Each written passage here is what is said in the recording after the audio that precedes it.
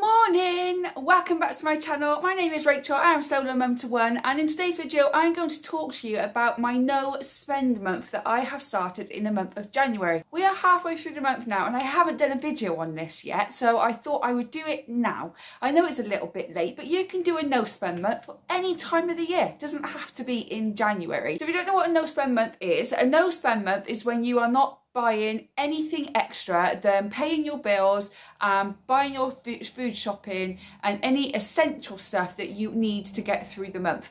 Therefore, that means no takeaways, no extra gifts, no impulse buying, all those other things. You don't buy anything else but what is essential for you to get through the month. Now, a lot of people do no spend months for many different reasons: to save for a wedding, to save for a house, to save to go travelling. Some people do this to try and get themselves out of their debt if they may have any. They may want to get back on track with their finances after feeling like they're getting paid like quite a lot of money from their job, but then they don't see any of it. So this way it's a chance. I'm doing a no spend month so I can save a little bit of money. Personally, for me, I have chose many reasons to do a no spend month, but the main reason is that in December, being Christmas, I felt I was just spending mindlessly. I wasn't really thinking about what I was spending. I was like, oh, that looks good, and I would just go and spend it. And I didn't have as much money at the end of the month than I usually do, obviously, because I was spending it mindlessly. So I decided throughout the month of January that I would do a no spend month, and I would track all my outgoings and incomings to see what I'm actually spending money on. Another reason is that in 2025, I am desperate. I would absolutely love to go on a Disney cruise and I need to save the money. So this way it will give me a chance to start saving. So we are halfway through the month now and I've done okay, but I haven't done great. But this is my first ever time doing a no spend month, so I'm learning as I go. What I am going to do in February, I'm going to make another video where I'm going to talk about what I actually spent in January that wasn't obviously food shopping or bills or anything else that, you know, we need to pay for.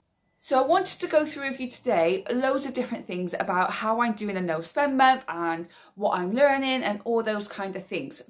But before we carry on, do let me know, have you done a no spend month before and did you find it beneficial? If you haven't done a no spend month, is it something that you would look to do? And if you have done one, would you do it again? So lots of questions there, but let me know in the comments box below what your thoughts are on a no spend month. When I started my no spend month, I made myself a list of rules. So these are my rules. You can make any rules up you want because it's your no spend month. But the rules that I set myself are, so first of all, my number one rule was to stop going to the shops during the week. Buy everything you need at your shopping, which obviously is on a Thursday or Friday, and then don't go for the rest of the week unless it's absolutely necessary. Try and make do. So I, this week, forgot to buy extra peanut butter, and I'm going to run out of peanut butter in the next day or so. Now, I could easily go to the shop knowing that I'll go in to buy peanut butter, which is like £1.40 or £1.50 in Aldi, but I won't just buy peanut butter, I'll buy other things. And then by the time I get to the till, I've spent £10, £12, £15 on stuff I don't need. So if I run out of peanut butter, I'm going to make do with something else. I'll add something else into my breakfast, or I'll have something else for a snack instead. So I'm just going to make do with what I've already got rather than keep going to the shop and buying something that I've run out of, because I won't just buy that one thing. There's an exception of obviously milk. If I need to buy milk, then obviously I'm going to go to the shop and buy milk. And the same with bread, but I'm going to come on to bread in a minute. So there are some exceptions, but the main rule is to stop going to the shop in midweek if you don't really need to. Try and make do with other food and other snacks that I've got in the cupboard. Try and be a bit more creative so I'm not mindlessly spending extra money when all I go in is for peanut butter. So that's my first rule. My second rule is that if I decide that I need something, so at the moment I feel like I need to buy a Hoover for the car. like a little handheld Hoover, because I've got a kid and it's just messy in there all the time. And it's so cold and I can't bother to drag the big Hoover out. So I want to buy a little handheld Hoover to do my car with. It's not necessary right now. So it's now gone into my wish list on Amazon. That's where I put it. So anything I want like that, I'm now putting on a wish list on Amazon so I can go back to it. So I've got a little bit of extra money at the end of the month and I really want to buy that Hoover for the car, I will go and buy it. Also, if there is something I want, to do my research, to look on Amazon, eBay, Etsy, Facebook Marketplace, Vinted, all the different sites to see where I can get it cheapest. Also by looking at any deals that might be going on if I need to buy some extra bits and pieces. So all the things I want to buy goes into my Amazon wish list. So I know that it's there and it's just there for when I'm ready to go and purchase it. So that's my second rule. And my third rule is to start being more creative with snacks and meals and things like that. Like I said, I would just go out and buy peanut butter to have peanut butter in my breakfast, or to have rice cake with peanut butter on. And it's time to start being more creative. So when I run out of peanut butter, I will just add in some more flax seeds or some more chia seeds, or I'll add in some honey to my breakfast until I go to my usual weekly shop and buy my peanut butter. But this is also for anything else. So before I go and buy something, because it's convenient and it's easy, how can I make it? What kind of things can I do to be a bit more creative to save myself some money with things that I may have around the house? And by thinking that way, I actually decided, I've never done this before without an actual machine, but I'm going to make my own bread, because one, it's cheaper to make, and two, there's none of that extra added crap that goes into making bread. So I decided that I'm going to start making bread. My creative flow is flowing. My creative flow is flowing. So I'm going to start making my own bread. I'm going to start making my own tortilla wraps. So rather than keep buying things, I know that I'm going to have to buy all the flour, which is probably going to be a little bit more expensive or the same cost, but I'll get so much more out of it than just a loaf of bread. So that's kind of what I'm doing. If my son wants a toy or anything like that, then I try and find other ways to keep him entertained. I go on Pinterest and figure out how to make my own Play-Doh or just different things, so I'm not constantly being bombarded with having to go and buy toys, because mum guilt does kick in. So I'm just finding other ways to kind of be a little bit more creative around the house rather than actually keep buying and buying and buying things. So those are my rules, is to stop going to the shop midweek to buy extra food when it's not really necessary. It's to anything that I do want goes on an Amazon wish list.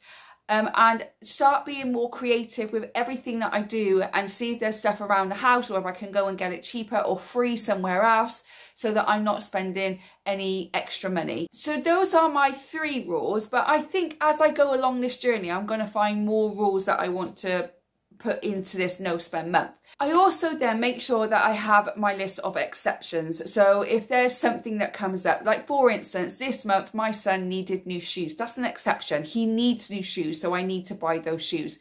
Another exception was that my son needed some books for school, because we are struggling at school with his writing at the moment. So his dad and I discussed getting some books to help him at home. So I went out and I bought some books to help him. Again, that's an exception, because that is a need to help him in his education. And obviously another exception that I had was for my dog had something wrong with him, so I need to take him to the vet. Again, that's an exception. So I do have my exceptions, but what I do is when something comes up, is it something that is needed right now, or is it something that could wait? Those 3 things we needed now. We couldn't wait for those. We needed them this month. So that's why they are in our exceptions. If you are going to do a no spend month, have a list of things that are going to be an exception for you. So have an exceptions list of things for you and your family that if this crops up, that is something that we need to pay for. So for us, it was the school shoes and the school books and the vet bill. So they needed to be done. So it's an exception of spending out that money for them. Another list that I then made was a no buy list. What things are definitely off the table, we are not buying this month whatsoever. So the first thing was My son is not getting any extra treats or gifts this month. Now that might feel a bit harsh, but also we had Christmas last month. He's got his birthday next month. He doesn't need anything. So therefore, again, going back to being a bit more creative, finding things to do at home, playing on the Nintendo Switch with him for an hour. We only play at the weekends, so an hour or two over the weekend we'll play on the Nintendo Switch. We got some painting craft things we found the other week that we haven't done yet, and just making things more creative. Like I said, I'm going to attempt to make my own bread, so I'm going to get my son involved in making bread with me as well. So going to the toy shop, no, we're not doing no buy month. My son likes to have a McDonald's. I don't like them. I hate them. But his dad buys him them, so I don't have to buy any McDonald's. But he does like a Greggs. But again, no buy month. You are not having a Greggs this month at all. You do not need it. So any takeaways is a no buy. Going to the toy shop is a no buy. Mindlessly going to B&M and Home Bargains just to look is off the table. Only going if I actually need something. No charity shopping or anything. It's literally we're staying at home and we're being as creative as possible to save some money. So what are your no buy items? What if you were doing a no spend month? If you are doing a no spend month, what items would be on your no buy list? We're not buying them no matter what is there on a no buy. They are not being purchased through the month of January or whenever you're doing a no spend month. So that is ours. What is yours? Two more things that I'm doing. The first thing is that I am keeping track of everything that I am spending and everything that is coming in. It takes me 5 minutes a day just to go through my bank account, go through any receipts or go through what I've done throughout the day and what I've had to purchase and writing it down in a tracker. Now you can buy them online or you can download them online for free and print them off, and you can do it that way. I just like to have Google Sheets and I just write down everything that I've purchased and how much it's all cost me. This way I've been able to see what is actually coming into my account and what is actually going out, and I found the going out really interesting. Like, what's that for? What's that for? And I've cancelled a couple of things that I forgot that I had that's only costing me £2 or £3 a month, but I've cancelled them because I forgot that they were there. I forgot that I was paying for them. So now that I've been tracking my money more, I've been able to see what I have actually been spending out and have saved myself a little bit of money by cancelling a few things that I no longer use. So keeping track of your money, of your expenditure, will be really, really useful for you because you'll be able to see what comes in and what goes out. You'll be able to keep track of your finances, which will help you get back on top of your finances if you're struggling with them. And finally, what have I been learning through this month? We're only halfway through the month of my no spend month. I don't need to mindlessly buy. There's lots of stuff in the house that we have that we can play with, that we can make, that we can use, that we don't need to go and buy other things from the shop just because.